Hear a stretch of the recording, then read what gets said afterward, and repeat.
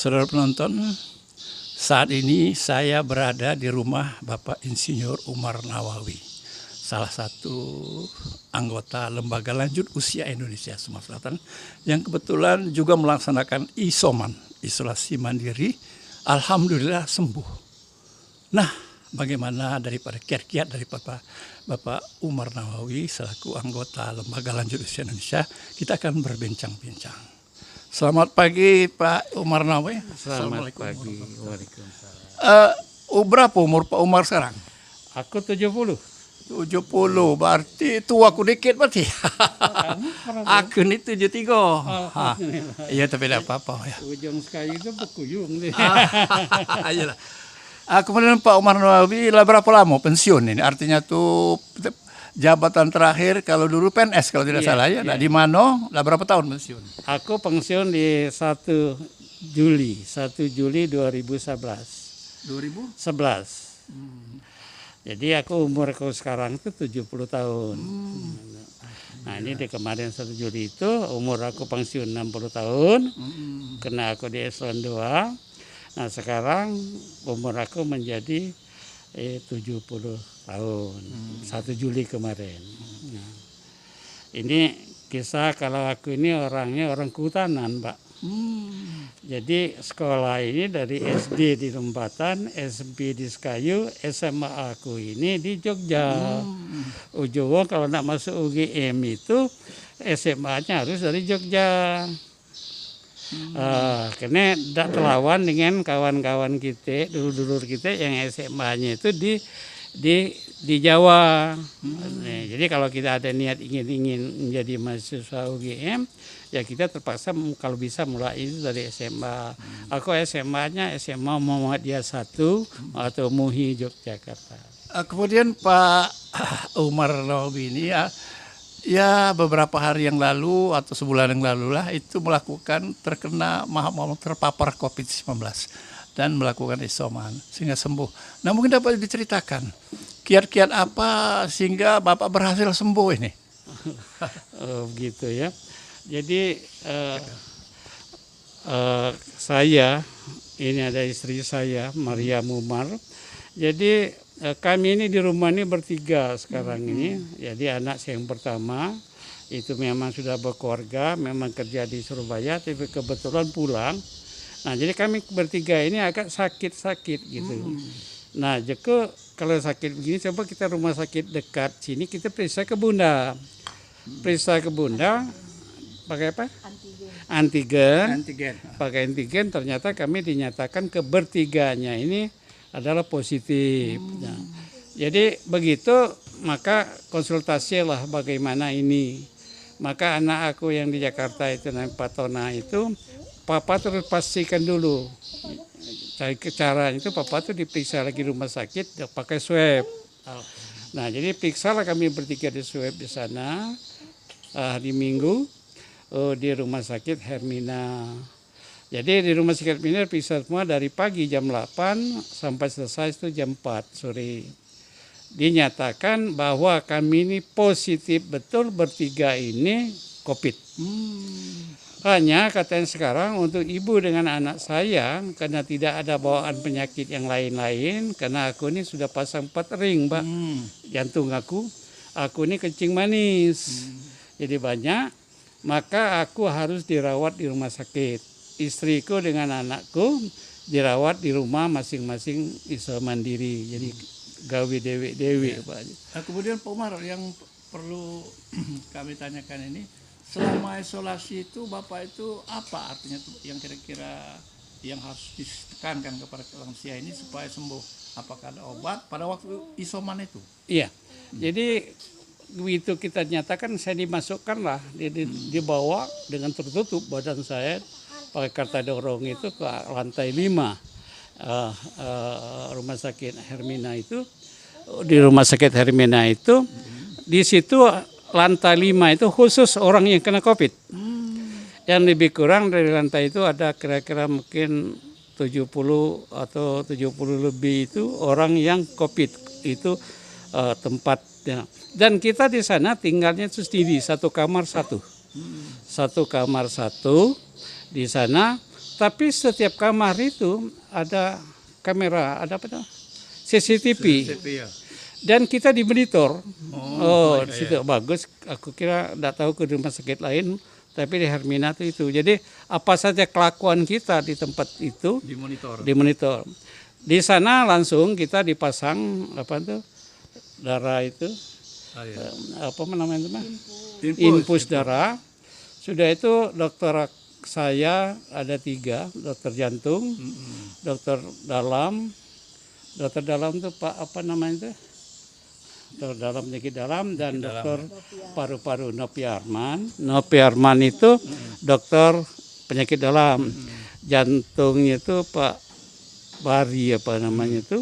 Sedangkan yang merawat saya betul itu dokter paru-paru Ibu Nasari. Nah, jadi kita dipantau.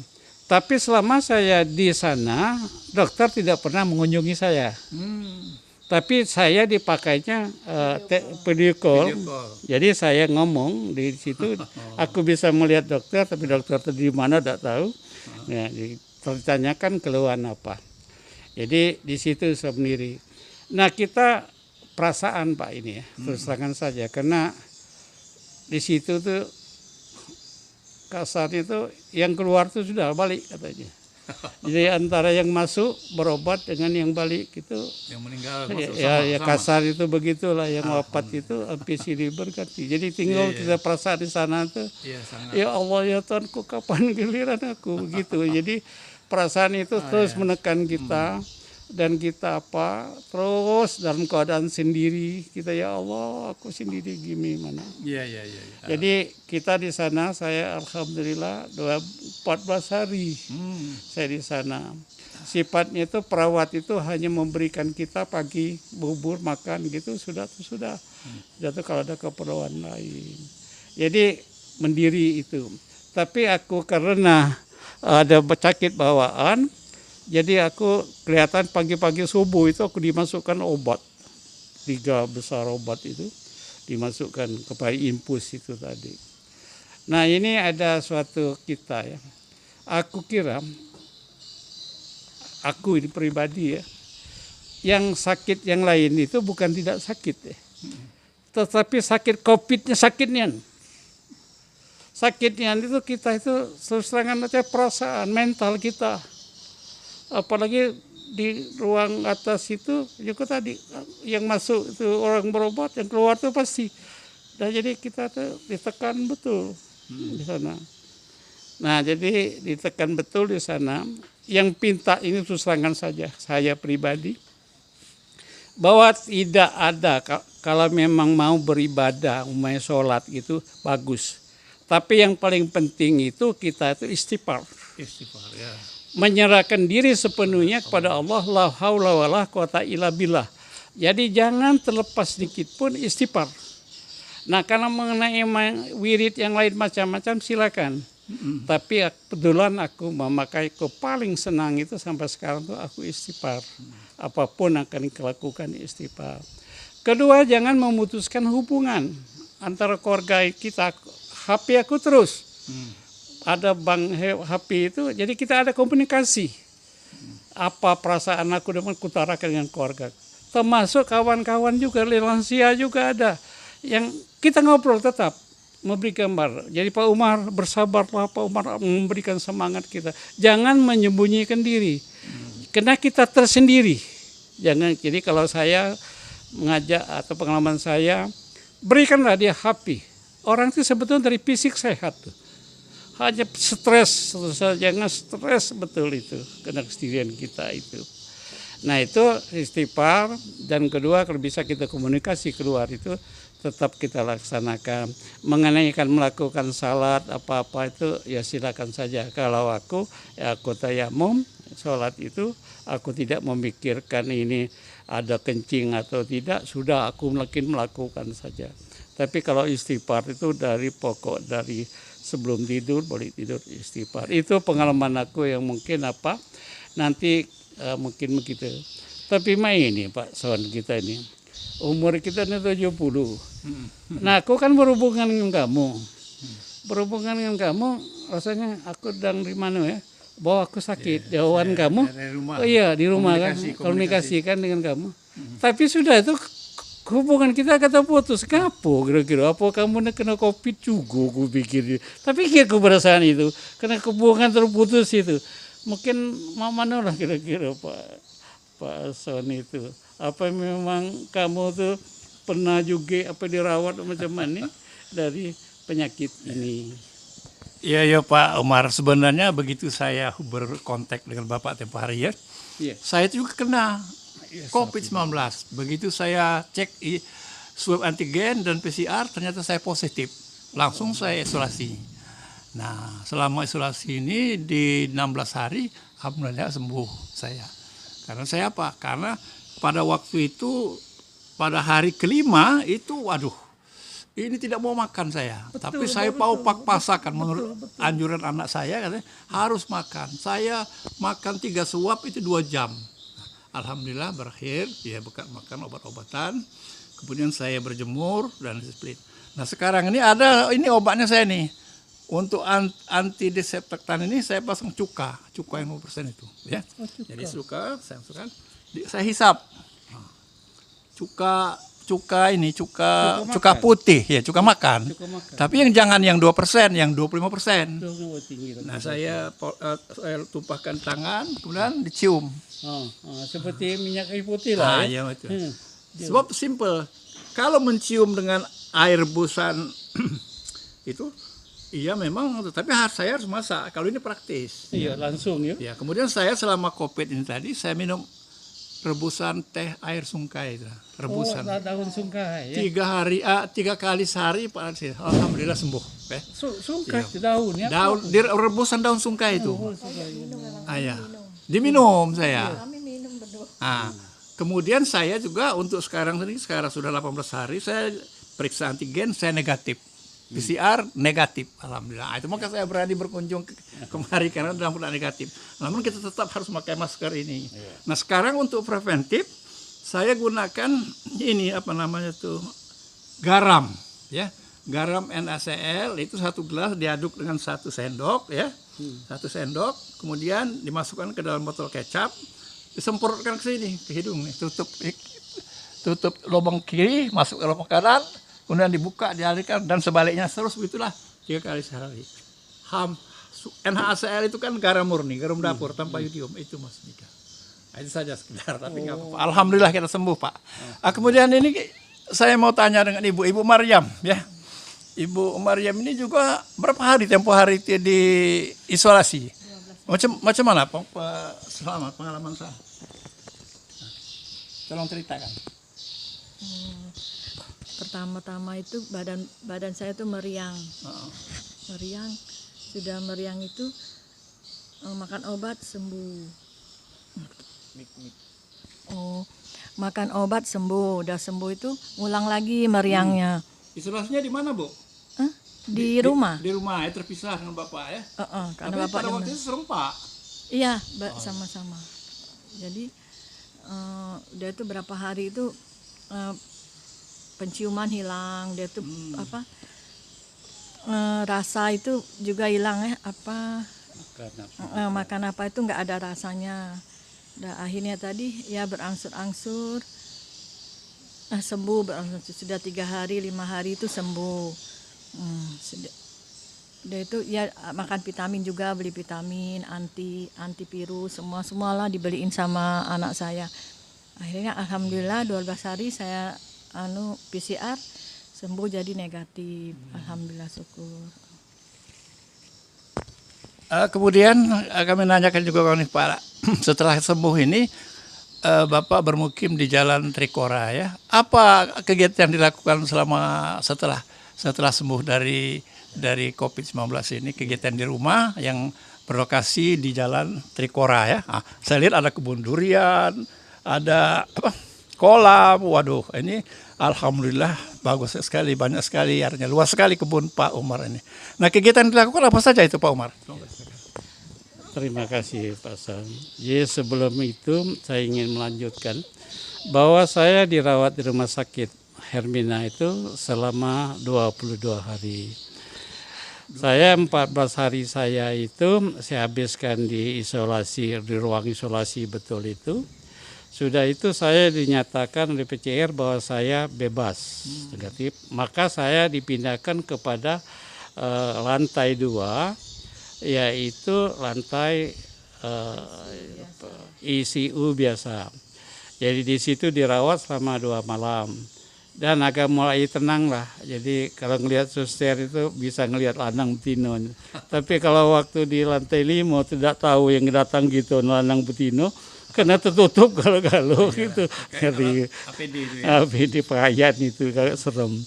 Udah di sana dirawat, udah itu ternyata bahwa penyakit bawaan saya itu gula darah ini agak semakin baik, dan jantung saya tidak bermasalah. Nanti saya dipindahkan lagi ke ruang atau ke kamar rawat biasa.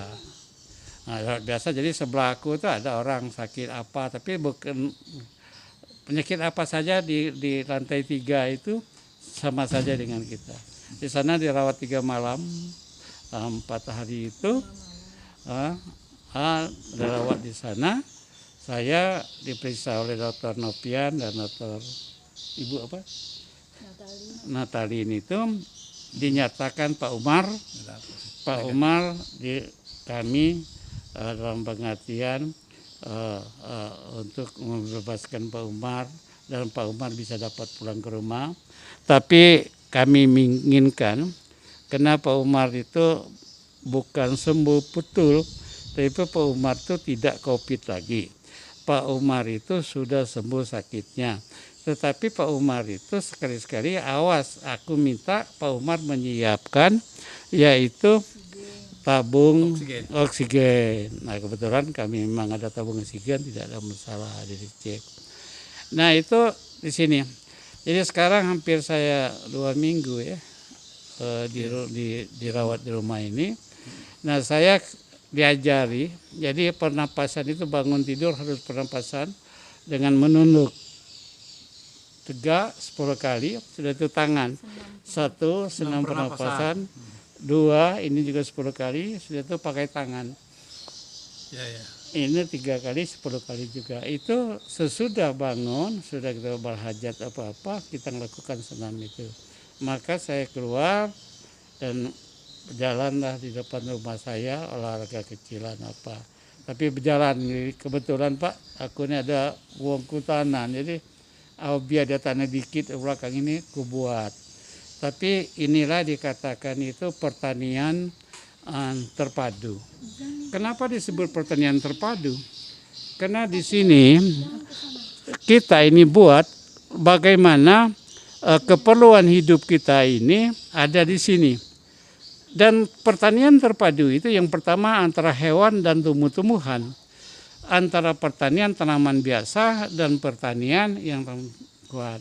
Nah di tempat saya ini yang di atas rumah itu ada burung walet. Burung walet itu sebetulnya bagus karena dia tidak perlu kita kasih makan, kasih minum, tapi dia setiap bulan dia menyerahkan sarangnya dari air liurnya. Dan itu harganya cukup fantastis, 13 juta per kilo. Nah kita paling banyak 6 on DE atau setengah kilo per bulan. Inilah nama penghasilan. Yang kedua, sesudah burung yang paling di atas, ini datang sendiri burung walet ini. Aku ada yang namanya itu madu. Itu ada pemeliharaan madu. Itu madu, kotak-kotak madu semua di sebelah sana madu. Dan ini memang belum panen banyak, tapi sudah pernah juga panen, kita ngelihat madu. Jadi madu itu juga asal kita agak rajin sedikit, ada cara buat teknik kotaknya, ada pelajari. Kedua, yang pertama sekali kita pancing, ya pancing dengan air gula. Di depan pintu dia masuk madu itu, lama-lama dia masuk. Ya sudah, kalau dia sudah masuk, sifat madu itu tidak mau keluar lagi. Jadi beranak-beranak di situ. Jadi inilah kebun saya, jadi saya mulai sambil menyehatkan badan saya, apa yang dapat saya lakukan. Terutama untuk sementara ini mungkin saya hanya sekedar memberi makanan ikan, segala macam ikan ada.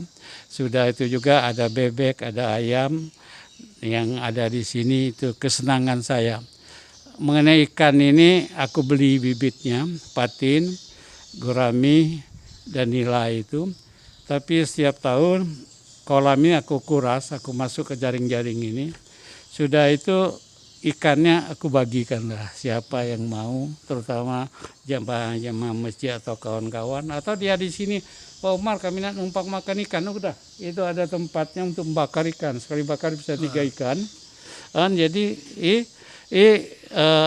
bisa makan sini sudah, ngambil ikan dalam jaring, yang bakar sendiri sini. Jadi inilah saya lakukan per hari, dan saya mulai sholat subuh dan sholat Jumat, karena di depan rumah saya ada masjid. Inilah kegiatan sementara. Untuk kegiatan lain saya belum melakukan, walaupun saya paling hobi itu senam. Dari kecil sampai sekarang senam. Senam yang pertama itu lansia bersama Pak Jody ini. Kedua itu saya itu bekas ketua senam jantung sehat. Jadi senam jantung sehat, saya ketuanya itu di DPRD itu. Di sana sudah itu ada jantung pernapasan, itu di bawah Pak Ismail di rumah makan Sri Melayu. Dulu zaman Pak Alek itu kami diperbolehkan untuk di Geria Agung untuk senam itu, tapi gubernur yang baru mungkin apa, jadi kami tidak sana lagi. Kegiatan saya inilah yang saya lakukan Pak Son. Jadi mungkin saya terima kasih kehadiran di sini. Inilah rumah saya, kenalan. Kapan-kapan kita ngambil ikan, kita makan bersama di sini. Karena sebelum saya rombongan lansia yang sudah ke sini, Ibu Ning, Pak Ketua kita, Pak Burlian itu pernah sini. Bu Ning, apa yang jualan itu Bu Ana, ada kira-kira 10 orang sini. Kebetulan ada ikan, maka ngambil ikan. Terima kasih. Baik, saudara penonton, demikianlah wawancara kami tadi dengan Insinyur Umar Nawawi, salah satu anggota Lembaga Lanjut Usia Indonesia Sumatera Selatan, yang saat ini di umur yang senja banyak melakukan kegiatan-kegiatan setelah sembuh daripada COVID-19. Demikian, terima kasih. Wassalamualaikum warahmatullahi wabarakatuh.